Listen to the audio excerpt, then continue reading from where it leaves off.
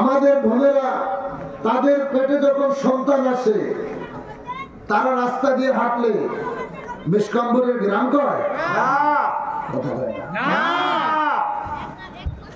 অথচ মুর্শিদের বাবারা মায়েরা শুনে যান আল্লাহ পাক রব্বুল আলামিন কত বড় নিয়ামত আমার নবীকে দান করেছে। যে নবীর জন্য আসমান পাগল হয়েছে, জমিনও পাগল হয়েছে, রাত পাগল দিন পাগল।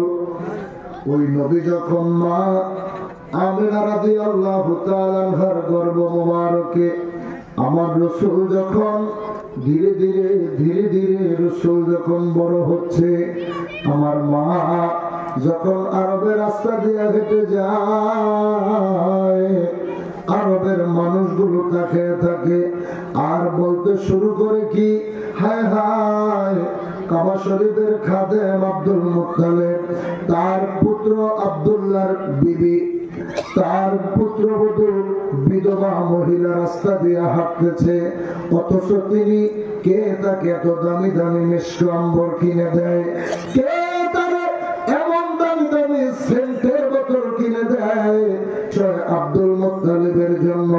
তার তো ছেলে নাই, ছেলের বউকে কে এগুলো কিনে দিচ্ছে? এইরকম কিছু মাতবর সমাজের ভিতরে আছে না নাই? আপনি দেখবেন সমাজের ভিতরে সাধারণ মধ্যবিত্ত ফ্যামিলির কোন মেয়ে, কোন বিবি যদি রাস্তা দিয়ে হাঁটে, কোন কারণে যদি একটু 19 থেকে 20 হয়, ওই সমস্ত পণ্ডিতেরা চায়ের দোকানের সামনে বৈশা মানুষের বাড়ির সামনে দাঁড়ায় বলতে শুরু করে, হায় হায় নির্লজ্জ বেহায়া, অমুকের মেয়েটা বড় বেয়াদব, অমুকের ছেলের বউটা বড় বেয়াদব। অথচ তাদের মেয়েরা যখন অর্ধ উলঙ্গ হয়ে রাস্তা দিয়ে হাঁটে, ছোট ছোট টেডি পোশাক পরে যখন হাঁটতে শুরু করে, আবার পাশে থেকে তারাই অহংকার করে কি, অমুকের মেয়েটা বাবার মান রাখবো, বাবার সম্মান রাখছে। কি ঘুমাইছেন নাকি? আছে না? সাধারণ মানুষ কিছু করলে ইচ্ছা মতো ধুয়ে দেয়, আর যারা প্রতি নেতা ফুতা আছে না কিছু ভাবে করে দাও যায় না সমাজের মধ্যে, ঠিক নেই। এখনো বসে নাই, যা শুরু হয়েছে কইলাম না কিছু, বুঝলে বুঝবো না বুঝলে ঠিক নেই। নবীজির মা রাস্তা দিয়ে হাঁটে আর বদনাম ছড়ায়, আব্দুল মুত্তালিবের পুত্রবধূ গায়ে গুলো কি লাগাইছে, মানুষ তার দিকে তাকিয়ে থাকে, বেহায়া বেশরম মানুষ। নবীর দাদা কষ্ট পেয়েছে, বাড়িতে যায় নবীর দাদিকে বলে, বিবি বৌমাকে একটু জিজ্ঞেস করে এগুলো পায় কোথায়, কে দেয়? আমার সন্তান তো জগতে নাই, আমার বাবা তো চলেই গেছে, আমার ছেলে এত দামি দামি সেন্ট আতর এগুলো বৌমারে কে দেয়?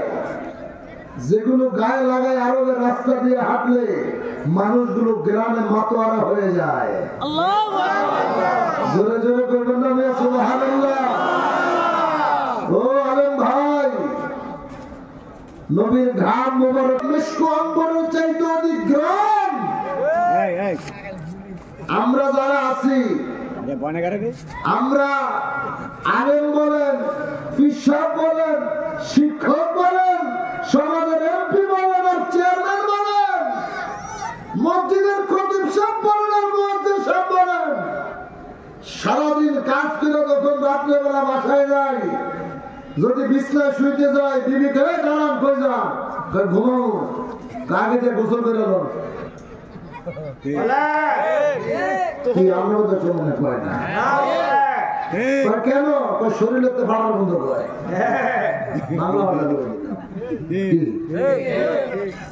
সারাদিন রাস্তায় রাস্তায় ঘুরছেন, ঘামের গন্ধ দুর্গন্ধ, শরীরে তো গন্ধ করে আর যদি কোন করণের বকলের গন্ধ লাভ হবো না, কুয়া থেকে যাবে, ঠিক নেই ঠিক নেই।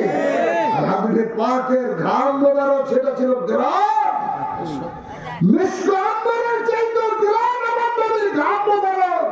ইয়া রাসূলুল্লাহ, নবীজির প্রস্রাবকে বলা হয় মোবারক, পায়খানাকে বলা হয় মোবারক। নবী প্রস্রাব মোবারক, পায়খানা মোবারক করতে দেরি জমিন হাত হয়ে থাকতো বক্ষণ করার জন্য। আর আমি আপনি রাস্তায় কিছু কুত্তা হয়েছে গেল না, কথা ঠিক কিনা বলবেন?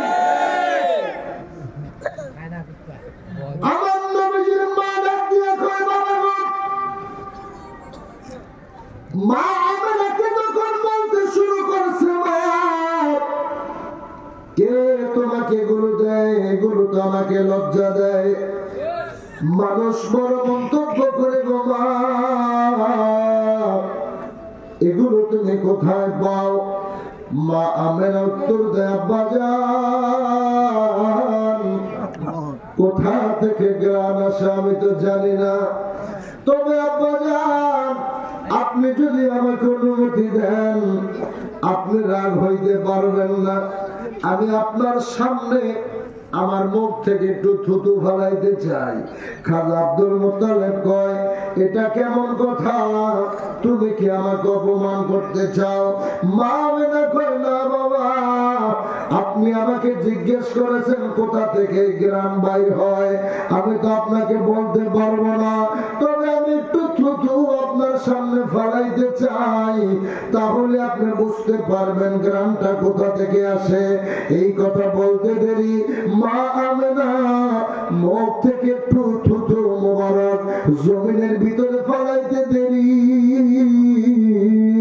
খাজা আব্দুল মুত্তালিবের বাড়ি মিশক আম্বরের ঘেরানে ভরপুর হয়ে গেছে। সুবহানাল্লাহ। নবী দাদা কমা, এই গ্রাম কোথা থেকে আসলো? মা আমেনা কয়, আব্বা গো,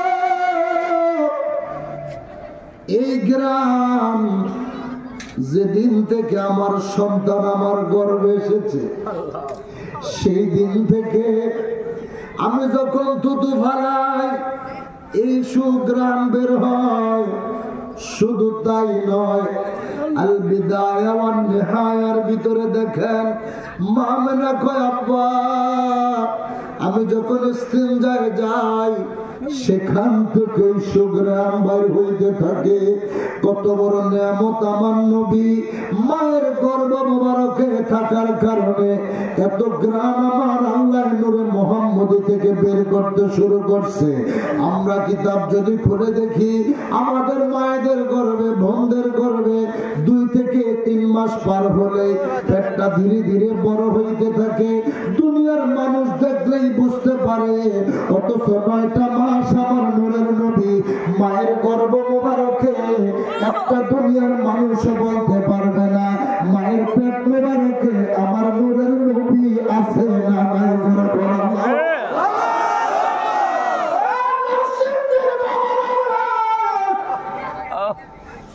নবীর কিনারে মানুষ এখন গ্রীষ্মকাল, পানিগুলো নিচে চলে গেছে, বর্ষার সিজন যখন আসে অটোমেটিক পানিগুলো উপরে চলে আসে। আরবের জমিনে কূপ থেকে পানি উঠাইতে হয়। নবীর মায়ের গর্ভে যখন নূরের নবী, আল্লাহ নবীর কতই ভালোবাসছে। নবী গর্ভ মোবারকে থাকার কারণে মাকে আল্লাহ কত সম্মান দিছে। কেমনে? নবীর মা যখন কুয়ার কাছে যায়, কূপের পানি বালতি দিয়া টেনে টেনে উঠাইতে হয়। নবীর ইজ্জতের খাতিরে মা আমেনা যখন কূপের কাছে যায়, বালতি দিয়া পানি উঠানো লাগে না, অটোমেটিক কূপ থেকে পানিগুলো উপরে উঠতে থাকে। রে বন্ধু, আরবের মহিলারা কয়, ও আমেনা, ও আমেনা তুমি যাইও না। কয় কেন? কয় তুমি যতক্ষণ পর্যন্ত কূপের কাছে বসা থাকো ততক্ষণ পর্যন্ত বালতি দিয়ে কূপের পানি আমাদের বের করা লাগে না। তুমি যতক্ষণ পর্যন্ত এই কুয়ার পাশে বসা থাকো রে আমেনা, আমার আল্লাহ কূপের পানিগুলো অটোমেটিক উপরে উঠে রাখে। তুমি যখন এখান থেকে চলে যাও আবার পানিগুলো নিচে চলে যায়।